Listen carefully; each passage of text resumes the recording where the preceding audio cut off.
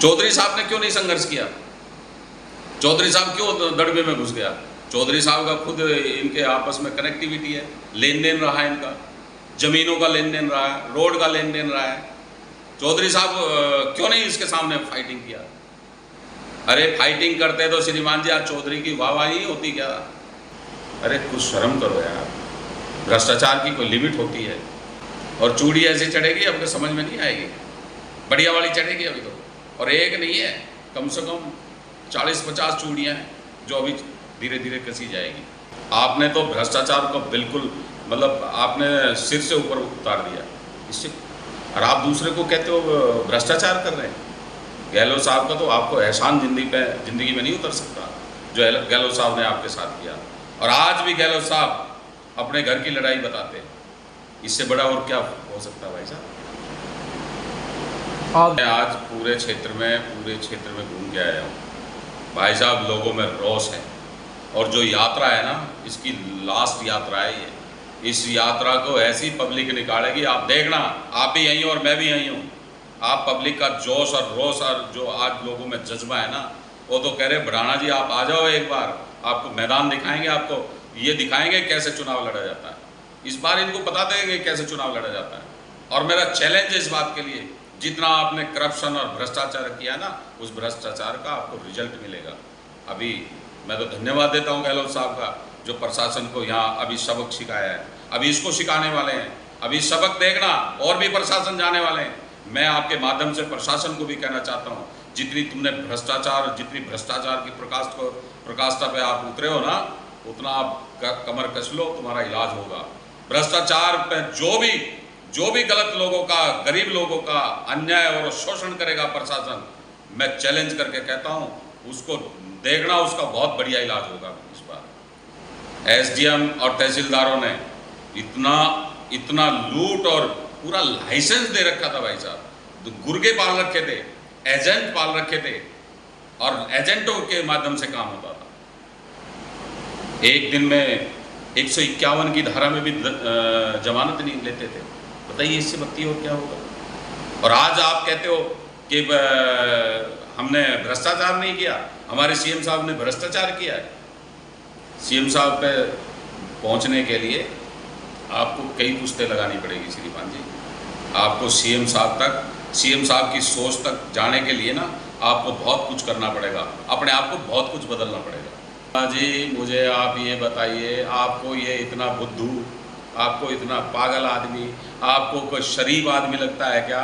अगर इसके पास वो दाढ़ी लाल दाढ़ी में होता, आपको ये पेन ड्राइव, पता नहीं कितनी पेन ड्राइव दिखा देता, कितने लोगों के। अरे झूठ बोलने की कोई सीमा होती है भाई मेरे भाई। लाल दाढ़ी में क्या हो तुम इतने शरीफ आदमी हो कि लाल दाढ़ी में कुछ नहीं, तुम फोटोकॉपी करके नहीं लेके जाओगे, तुम वहाँ छिनवा के आ जाओगे। इतने शरीफ आदमी हो क्या? लाल दाढ़ी में क्या था? लाल दाढ़ी में कुछ भी नहीं था, ये सब प्रोपेगेंडा है।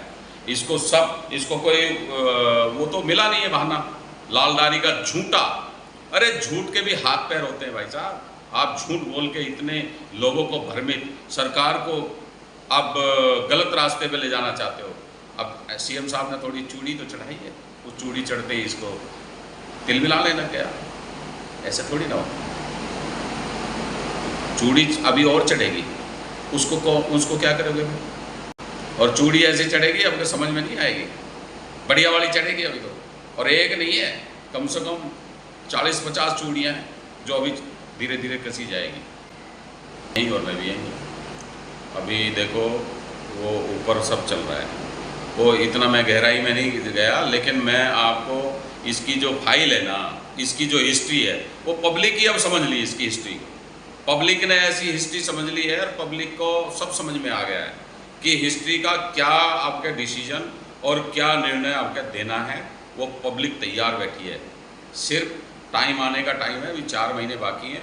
4 महीने में आपको 2 महीने 2.5 महीने में सब पता लग जाएगा, क्लियर हो जाएगा, कौन कितने पानी में है, कौन क्या कर रहा है, कौन कैसे कर रहा है, सब पता चल जाएगा। एकदम से ये कहना चाहता हूँ, फिर कहना यही चाहता हूँ, जनता को अवेयर करना चाहता हूँ। ये बहुत झूठ बोलता है, कोई वफादार नहीं है, पब्लिक का शोषण करने वाला है, लोगों का अवैध काम करता है, ट्रैक्टर ट्रॉली का अवैध बजरी का खनन किया, क्रेशर माइनिंग का इसने वसूली की है, हर आदमी को लूट और खसोटने का काम किया। अरे इनकी एसडीएम और तहसीलदार और इनसे खाने से इसकी बंदी आती थी, बताइए इससे बत्ती और क्या हो सकता है। तो आप देखते जाओ क्या क्या होगा, किस तरीके से होगा, आप भी यहीं और हम भी यहीं हैं। अभी आपकी क्षेत्र में एंट्री हुई है, आप किस तरह का मैसेज दोगे जनता को? अभी मैं तो मैं जनता के बीच में जाऊंगा, जनता से साफ सुथरी, मेरी ज़िंदगी में अगर कोई गलती मिल जाए, ये मैंने गलत काम किया हो, आपका जूता और मेरा सिर। मैंने कभी ज़िंदगी में गलत बात नहीं की, गलत काम नहीं किया। अरे अच्छे और बुरे की पहचान तो करो, कम से कम पब्लिक से मैं यही कहना चाहता हूँ, अच्छे और बुरे की पहचान करो, कौन आदमी क्या कर सकता है। मैंने 15 साल में इनके सामने इतना संघर्ष किया, इतना इनके सामने मजबूताई के सामने पब्लिक के लिए मैं खड़ा रहा। मैं जेल भी चला गया तो भी मुझे परवाह नहीं हुई है, क्योंकि मैं अपने पर्सनल इंटरेस्ट के लिए जेल नहीं गया, मैं पब्लिक के लिए जेल गया। पर्सनल उसके लिए इंटरेस्ट के लिए इन्होंने किसी के हाथ पैर तोड़े तो इनका पर्सनल इंटरेस्ट था, लूट खसोट की तो इनका पर्सनल इंटरेस्ट था, मेरा तो कोई इंटरेस्ट ही नहीं था। इन्होंने कितने जयपुर तक भी लोगों के कब्जे किए हैं, यहाँ जहाँ मर्जी करे उसकी गरीब आदमी को दबाया, उसकी ज़मीन ली। एससी वालों के यहाँ कम से कम 15-20 केस ऐसे थे जो एससी वालों की सुनवाई नहीं हुई। इससे बत्ती और क्या हो सकता है। एससी वाले इसको एमएलए बना के विधानसभा में भेज दिया, और एससी वालों के साथ इसने सरेआम गुंडागर्दी के तहत उनकी भाई साहब शोषण होता रहा। इसने कभी भी किसी एससी वाले की मदद नहीं की। कितना लोगों ने चिलचिलाट किया, लोगों ने कितनी रो राट, किसी ने चिंगारी उनकी चिल्लाट सुनी है क्या? या इसने कभी पूछा है तुम्हारे साथ क्या हो रहा है? लोगों ने कितने धरने और प्रदर्शन किए एससी वालों ने, एससी समाज वालों ने, कभी इसने पूछा तो क्या हो रहा है क्या नहीं हो रहा है? इन्होंने तो जिससे वोट लिए उन्हीं का शोषण किया है सबसे ज़्यादा। देखो मैंने तो 15 साल से लोगों को जगाने का काम किया, और मैं आज भी यही कहना चाहता हूँ, मेरे भाइयों जाग जाओ। ये आपका शोषण हो रहा, मेरा कुछ नहीं बिगड़ रहा है। मैं पहले भी ये कहता था मेरा कुछ नहीं बिगड़ेगा, शोषण होगा, आपका होगा, लूट खसोट करेगा, आपके साथ करेगा, समस्या आएगी, आपको आएगी, जेल भेजेगा, आपको भेजेगा, और समस्याएं जो अदर दूसरी समस्याएं कारोबार की है, काम धंधे की है, अड़चन आएगी तो आप लोगों को आएगी। अरे मेरे भाइयों सोचो समझो, एक बार जब तुमने सबको देख लिया, एक बार रविंद्र भड़ाना को एज ए टेस्टिंग के तौर पे आप चेक करके तो देख लो, दूध का दूध और पानी का पानी क्लियर हो जाएगा। क्यों नहीं समझते हो आप लोग? मैं आपके माध्यम से ये कहना चाहता हूँ, अरे मेरे भाइयों कुछ समझो, सोचो, मैं आपके भले के लिए कर रहा हूँ, मेरा कोई स्वार्थ नहीं है। भगवान ने मुझे सब कुछ दे रखा, मुझे कोई प्रॉब्लम नहीं है, मेरे पास सब कुछ है, मेरे पास लूट खसोट का लाइसेंस नहीं है, मेरे पास लोगों को फंसाने का काम नहीं है। कई लोग कहते हैं भड़ाना जी आप इतना हार्ड क्यों बोलते हो? मैं उनको ये कहता हूँ, मेरे भाई इनको गलत काम करना बंद कर दो, मैं बोलना बंद कर दूँगा। मुझे क्या दिक्कत है यार बोलने की? अच्छे कर्म करोगे तो अच्छा हो बोलेंगे ना। चौधरी साहब ने क्यों नहीं संघर्ष किया? चौधरी साहब क्यों दड़बे में घुस गया? चौधरी साहब का खुद इनके आपस में कनेक्टिविटी है, लेन देन रहा है, इनका जमीनों का लेन देन रहा है, रोड का लेन देन रहा है। चौधरी साहब क्यों नहीं इसके सामने फाइटिंग किया? अरे फाइटिंग करते तो श्रीमान जी आज चौधरी की वाहवाही होती क्या? मेरी दरी, मैं पिछली बार 12 साल से मैं संघर्ष कर रहा था, मेरी दरी पर आकर भाषण देकर तुर्रेदार निकल जाता था। चौधरी का तो ये काम था। चौधरी ने कभी संघर्ष ही नहीं किया और कभी अड़ नहीं सकता इसके सामने। चौधरी साहब जो कही है, आपकी संघर्ष की जीत तो नहीं हुई है उनकी, आपके संघर्ष के पीछे तो उनकी जीत नहीं हुई है। मुझे आप ये बताइए, मैं तो ज़िंदगी भर संघर्ष किया है, करता भी रहूँगा, लेकिन चौधरी साहब आप क्यों नहीं कर रहे हो? मैं तो आपको पूछना चाहता हूँ, प्रधान थी आपके पास, प्रधान क्यों भाग गई? मेरे को प्रधान कह रहा था 1.5 करोड़ रुपए सुखकरण चौधरी मेरे से खा गया, राजेंद्र गुड्डा के पास क्यों चले गए? अरे इस बात को सोचो ना।